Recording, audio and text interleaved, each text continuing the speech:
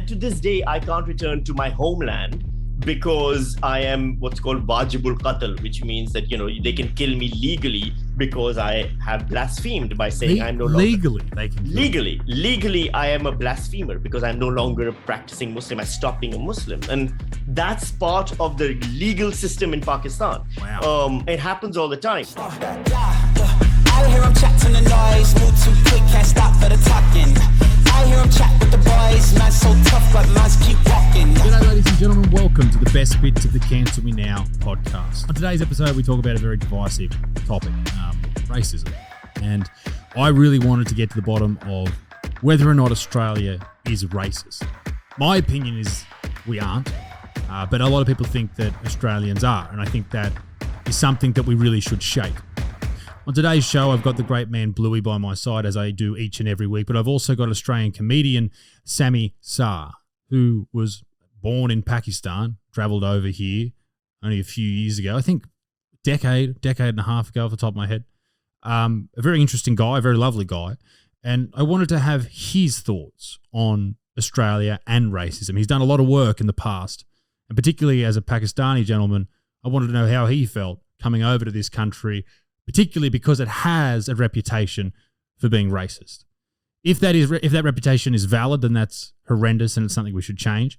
And if it's not, then why do we have that reputation in the first place?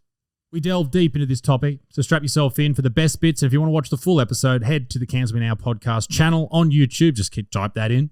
You know how to do it. Well done. Or go over to Spotify or Apple iTunes. I don't even know if Apple does. Do they do that? Probably. Head over to Apple Podcasts and check it out as well. Ladies and gentlemen, this is my chat with Bluey and Sami Shah. But I was saying this afternoon to my partner Claire. I was like, there's no doubt that genuine racists exist and they just hate people who don't look like them. I get that. But I feel like a lot of the racism that people call out is just genuine shit people. And they're the same people who would be sexist, the same people who would be homophobic, be transphobic. All those type of people are the exact same people, and they're just bad people. Like, it's not so much like their one thing is race, and they're just bad people. Like, if you have, it's the same with Karachi, 26 million people. If 1 in 1,000 people are insane, exactly, then you're going to have so many people. And it's the same in this country. There's just less people.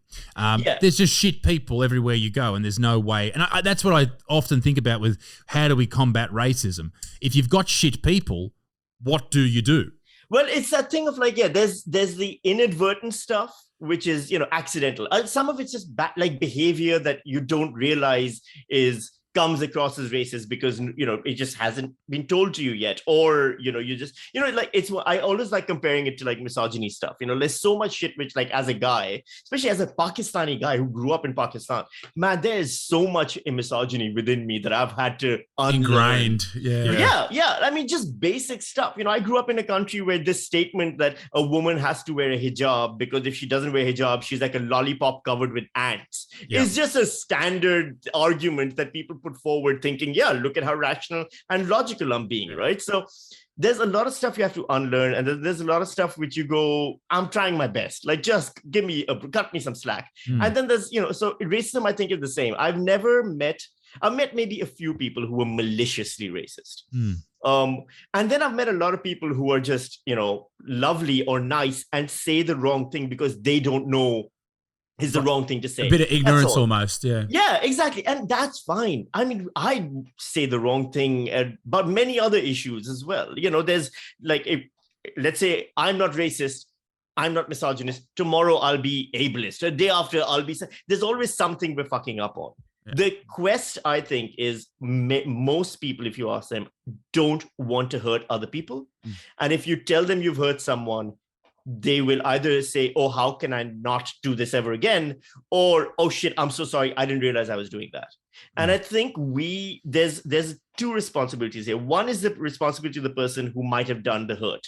The other responsibility of the person who did get hurt, but now can either say, well, fuck you, you're a racist, you're a piece of shit, and I hope you die, or can just go, it was a mistake, I completely understand.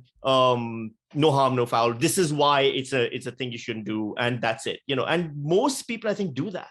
Most of the people I've met are happy to have the conversation. are interested in learning, don't want to be a bad person, and even if it's by mistake. The problem is when we look at like the conversations happening in media and stuff, we focus on the outliers who are like, nah, fuck you, I am a racist. And it's if you look at the news, you'll think Melbourne is awash with neo-Nazi anti-vaxxers. I mean, I'd have to really look for one to find one. I thought it was. Yeah, sorry, even the vaccine protest I went to, like I went to cover it for a news thing. It was the most multicultural, beautiful protest I've ever seen. There were people from every community there. I was like, this is lovely. Like ignorance is universal, So I don't know. I did a whole documentary, for Radio National on race and racism, and I think coming out of it, I think I was more sensitive to racism before I did it, and I'm less so now. Okay. I think my perspective on race and racism has changed a lot since then. Why did you invite me on that show? So the reason I invited you was because I wanted to talk to someone who had been accused of racism, but I think, and I thought at the time, and I think so now, isn't racist at all. But the accusation was taking something that in context isn't racist, but out of context can sound racist. And that was the point I was trying to make, is that a lot of times the accusations we throw at people of you're racist because you said X isn't taking into context why they said the thing they said. In your case, you're doing a stand-up show. You've done an hour of jokes, probably all of them shocking on different levels because jokes rely on a certain methodology of shock and rhythm and all that. One of those jokes then suddenly ends up on Twitter and everyone is like, you're a monster and you're a horrendous person and all those things. I want to know what the effect is on people when they experience racism. Like, when I've experienced racism, and sometimes some of it's been really egregious, it's a weird thing. It's a weird feeling. I'm used to fighting for myself. I'm used to not backing down. And yet when someone was racist towards me, I cowered. I was surprised by how small it made me feel. I want to know what happens when someone accuses you of racism. How does that make you feel as well? Because that is an experience that is interesting to me as well. And that's what I think I got from you. I think the conversation we had was you explaining your point of view, your perspective, and then what you went through when that happened. Yeah, and it was a good conversation. And I love talking to people because I often get from people, people should hear you or listen to you or meet you before they sort of judge you. Like, man, after that Christchurch joke I did, and it's a horrible joke, and that's the point. That's the whole sort of thing with it. It's not designed for people to go, oh, that was so clever. It's like, it's shock. It's a jump scare. And it worked. It worked all over the world. I did that in 6 different countries, that joke. But man, when I was copying the racism stuff and really copying it, like, in the neighborhood I live in now, like, there's an African dude over the road, there's a Pakistani gentleman down the road, there's an Indian dude up the road who I say hello to every day. We talk every day, almost every day. And I was just like, this isn't me. Like, this is crazy. You're hearing from all these people constantly that you hate people who happen to be a different color to you. And you're like, well, no, that's not. And then you have to explain yourself. And did it make you look in the, like, not that you would, but like question yourself at all? Yeah. Did it make you go, oh shit, am I? Like, when you're reading that kind of stuff? Because I know who I am. I know exactly who I am. It's the same with the misogyny stuff. Like, my best friend, the person I live with and spend every moment with, is a female. I thought you meant me. No, well, I only see you. I only see you on Fridays. And I know that, if I have a daughter, I want the best for her. I want her to tell her that you can do anything in this world. Don't let anyone hold you back. This and that and the other.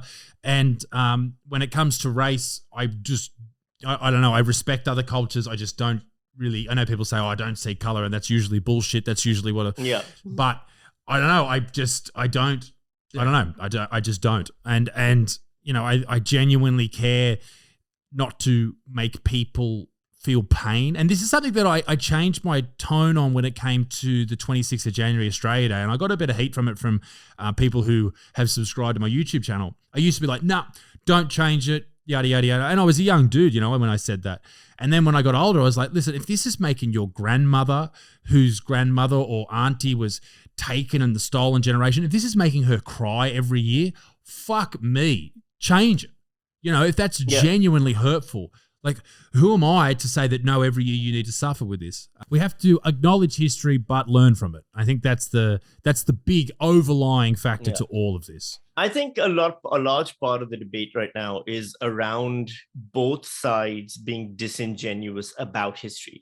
So we've got because I did a documentary on free speech as well prior to the one I did on race, and it was this interesting conversation I had with a doctor. I can't remember his name anymore. He's one of those people on Sky News After Dark all the time, and he's a far right guy and everything, very intelligent. But we were talking about Winston Churchill, and he's like, they call Churchill racist, and I'm like, look, here's the thing: Churchill saved Europe. Definitely. I mean, he saved England. He probably, unfortunately, Stalin probably had more to do saving the rest of Europe than Churchill did, but Churchill was a huge part of it. Yeah, we wouldn't have England being as safe from Nazis if it wasn't for Churchill. He was an incredible man. He was a wartime leader that the world needed at that time. And also, he was a racist. It's okay to say both those things. That is historical accuracy. That's historical fact. He said these things. He had horrible views and opinions about Black people. He had terrible views and opinions about Indians. And it wasn't even normal at the time because the people around him who worked in his staff used to be horrified by his points of view about Indians. So it was, he was an outlier in that regard. And also, he was a great man who saved the world possibly from Hitler. So there's all of these things are accurate. But that guy I was telling this to, he was like, no. And I'm like, that is also political correctness. Political correctness is when you deny factual reality to fit your political point of view.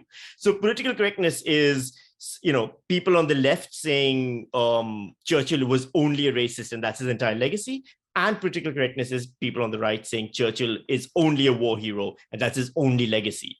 There's, 1-point-something million dead Bengalis who have a claim to Churchill's legacy as well because of famines he caused. So that's what I find interesting is the historical accuracy and the struggle to figure out who gets to tell the story. Are crowds in Melbourne wearing masks at shows? Not in the show. Once it's okay. It's a weird thing. Everyone's paranoid about Omicron, but the moment they get a glass or a bottle in their hand, they're like, "Yeah, it's all good. God can take me now."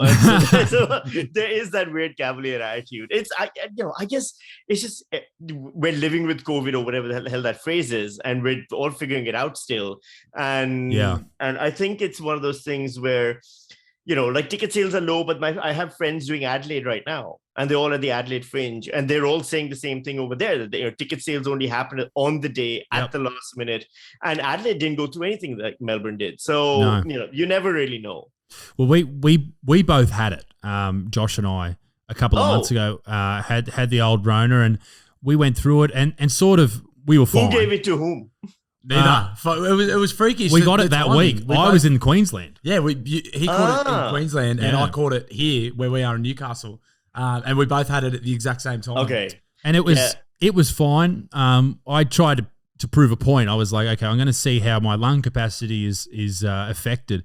So I ran every day, and I was fine. I felt a bit sick. I wasn't feeling great. I wasn't having a great old time, but didn't really affect me. I don't think it affected you too much. I was quite out of breath for the first couple of days. Like I'd still take the dog for a walk. We lived in some bushland, so it was easy to sort of still get outside and get in the sun and stuff. But I was sort of out of breath for like 2 or 3 days, and that was had a bit of a fever the first night, and that was it. And now I'm just throwing caution to the wind. At shows, I'm meeting. Because you've got it. Yeah, exactly. Yeah, I'm meeting everyone now. Yep, yeah. Absolutely. I'm meeting everyone after the show. We had some COVID marshals in Victoria last weekend, and they had left. And then I did the meet and greet after the show, and there was 400 people, and I shook hands with everyone and all that type of stuff. So the term invincible's been thrown around fairly loosely. I'm tempting fate. That's what I'm doing. I'm doing my best to try and catch it again. But I got a show in Perth coming up, and I'm pretty sure I have to get the booster regardless of antibody levels. They're over there, just like you just got to get it. So now I got the booster. I had when I got AstraZeneca, I got it last year, and I had a bad reaction. I had one of those reactions where your whole body's shaking, and you I genuinely was more sick after the AstraZeneca than I've ever been with anything else I've ever had, to the point where I thought for sure, oh shit, they're right. The vaccine's a fucking fraud and I'm going to die now. And then the next morning I'm like, okay, it's fine. Never mind. And then I got the booster and nothing. It was barely, I didn't feel it, no side effects and everything. So, I haven't had it yet. So I don't have that peace of mind, which comes with that. But a part of me is also like, what am I going to do? I teach classes at university. I've got, comedy festival prep to come up. I'm just gonna do what I gotta do. You have to live. If it happens, it happens. Exactly. Yeah. No, trust me, I've reported from like, conflict zones and stuff. There's an adrenaline rush that you miss that nothing can ever replace that. Where have you reported from? I was in Pakistan in 2000. I started my journalism in Pakistan. I was there during 2006 and 2009 when there was like the war on terror kind of blowback started, and we had like massive terror attacks every day in Karachi. And my first big one was there was an attack on like a former Prime Minister, Benazir Bhutto. She then got assassinated a few months later, but her convoy, and I was the first reporter on the scene. It was like a whole fucked up carnage kind of experience. Wow. And then, you go back the next day and, I went home and I was like covered in blood and body parts that I'd seen and all that. And I go back to work the next day and my boss is like, good job, now grab a camera and get back out because there's been another attack. So wow, Jesus, it's a very different kind of worldview when you have that addiction. And for me, it was a realization that I want to get out of this. I don't want to work in journalism if it means frontline journalism. I'd rather be behind the scenes. But I know a lot of people who are like, fuck yes, that is the life, Yeah. Well, it's got to be rare that in a role where you're a reporter to have that sense of adventure and adrenaline running through your system. To be in a war zone and reporting on it. That's got to be one of those things you probably take with you when you retire and you think back on those days and like, wow, I really experienced that. That's got to be the pinnacle of someone who really chases that shit. Yeah, there's a lot of, I know a lot of like senior war correspondents and stuff who retired and they hate retirement. Like they're pumping out memoirs and shit. A lot of them end up going into consultancy for that reason. Like they'll end up joining intelligence agencies or things like that, think tanks, because they're like, fuck, I still want to get back out there. I can guarantee you there are more like foreign journalists flying into Ukraine right now than there are refugees getting out of Ukraine. Yeah, wow.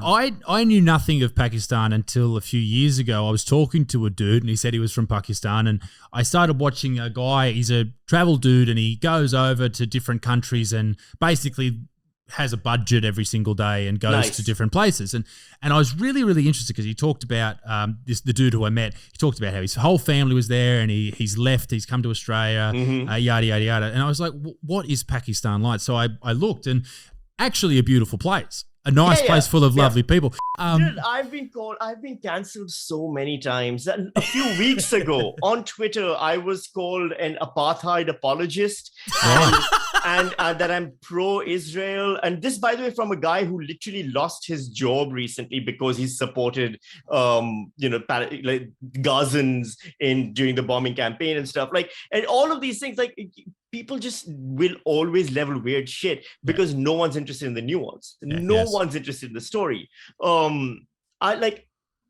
I did a documentary on Islam in Australia. And in that documentary, this is around 5 years ago now, in that documentary, I talked about my apostasy, which means that when a Muslim stops being a Muslim, he's called an apostate, right? And I became an atheist, basically. And it happened to me years ago. I became an atheist, but I talked about it in that. That story went viral, went to Pakistan. I was basically got 6 months of death threats. I had to go into hiding. My comedy career never recovered because at the time when that happened, I was about to shoot my first special. I had like massive buzz around me. I had to cancel all that shit. I've never recovered from that, like in terms of professionally. And to this day, I can't return to my homeland because I am what's called wajibul qatl, which means that, they can kill me legally because I have blasphemed by saying I'm no longer... Legally, they can kill you. Legally, I am a blasphemer because I'm no longer a practicing Muslim. I stopped being a Muslim. And that's part of the legal system in Pakistan. Wow. It happens all the time. And that's a thing that I have lived with. But also, there have been people who have threatened me 5 years ago and reached out 5 years later and apologized and said, we're sorry. Now, that doesn't change my situation. I still can't go back, but it's interesting that people are going on a journey. And the evidence of that is when the Bali bombing happened, there was a research done into, it's called de-radicalization. So de-radicalization programs with, ISIS guys and all these things. And they're trying to figure out what works. And in Denmark, they came up with this model where they realized that exposure to literature works. You take these guys and you show them the arts, like movies and books and just great works of literature, great works of history, all these things. The more context you provide people for the world they live in, the more empathy they engender. And that's a universal experience. And it sounds idealistic, but it has worked, in research studies again and again. That's kind of cool. You see that with people who watch only Sky News or only The Project. They're both very much against each other, and they have their ideas and everything. They get radicalized. They are radicalized. You will see it's crazy, the echo chambers that people find themselves in almost incidentally, and it's created by social media. It's created by the TV. It's frightening to watch people go down, and particularly people they go down a rabbit hole, and then they're just completely different. And you listen to their talking points, and you go, "I know what you've been watching. I saw this," or wherever on the political spectrum it may land. You know that these people have just been fed this information, and then they just basically repeat it, and that's frightening because you don't know what someone's going to say on that particular station or from that YouTube channel or in that book, whether or not it is surmountable or whether or not they have enough evidence to back up what they're saying. And perhaps these people don't have the time, as you said, to find the nuance in there, or they're terrified to find the nuance.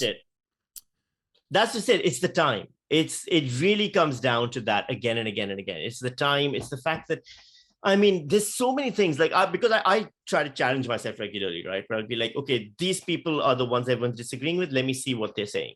And a lot of times I'll find,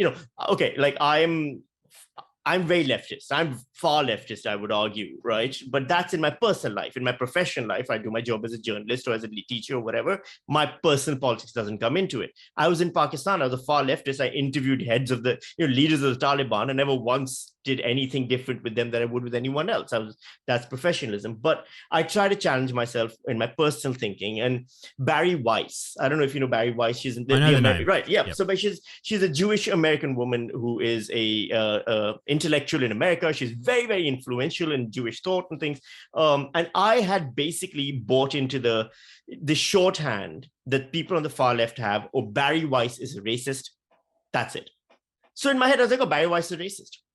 My partner started reading a lot of Barry Weiss articles and essays and subscribed to Substack, forwarded them on to me.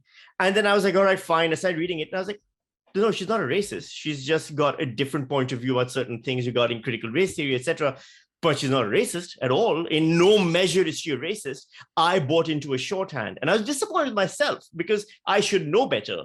But even though I work hard at this and this is the world I occupy and, I'm always intellectually trying to cross-examine myself, I still fall into the same traps. What chance do people have who are working 3 jobs and busting their asses and try to raise 4 kids and barely making the mortgage? What chance do they have in other than just getting the shorthand and hoping that it's true? I hear them chatting the noise, move too quick, can't stop for the talking. I hear them chat with the boys, man so tough, but mans keep walking.